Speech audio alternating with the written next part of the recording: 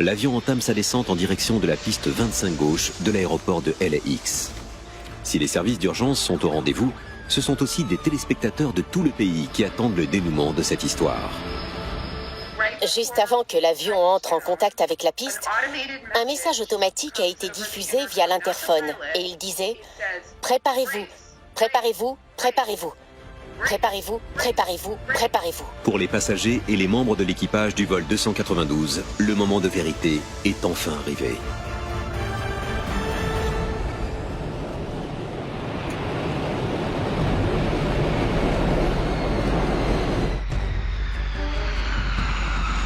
Le pilote parvient à garder en l'air le nez de l'appareil où se situe le train d'atterrissage abîmé le plus longtemps possible.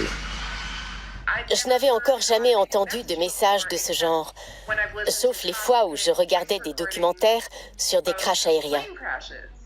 J'essaie de me vider l'esprit et de ne surtout pas penser à ce qui nous attend. Il n'utilise pas l'inversion de poussée pour ne pas générer plus de poids sur la roue avant de l'appareil. Il se sert habilement du moindre centimètre de la piste longue de plus de 3000 mètres pour amener l'appareil à un arrêt progressif. On sentait une sorte de chaleur sous nos pieds et une odeur de caoutchouc brûlé nous prenait les narines. Le train avant frotte la piste dans un nuage de fumée et d'étincelles. Et finalement, l'avion parvient à s'arrêter à environ 300 mètres avant le bout de la piste.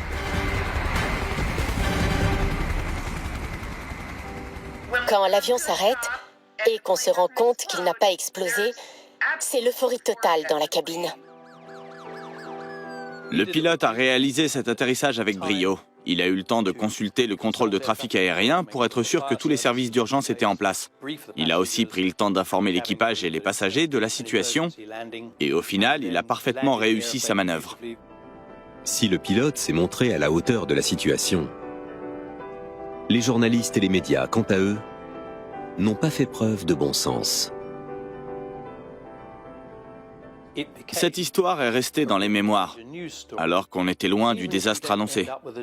Mais ce qui a frappé les téléspectateurs, c'était que la scène a été tournée en direct pendant plus de 4 heures. Et les journalistes avaient sorti les gros moyens. Caméras, hélicoptères, la totale. Après l'atterrissage, l'un des passagers a donné une interview à un journaliste et a dit qu'il lui avait fallu quelques minutes pour comprendre que le reportage qu'il regardait sur un avion en difficulté concernait en fait l'avion dans lequel il se trouvait lui. C'était assez surréaliste. Aucun blessé n'a été à déplorer suite à cet atterrissage d'urgence. Mais la plupart des passagers ont vécu ce qui restera comme les heures les plus angoissantes de leur vie. D'après certains experts, l'aspect traumatisant de la situation n'est dû qu'aux images diffusées à la télévision. Car le pilote est formé pour ce genre de situation. Et l'appareil conçu pour surmonter ce problème technique. Pour le plus grand bonheur de tous, le vol JetBlue 292 a connu un heureux dénouement.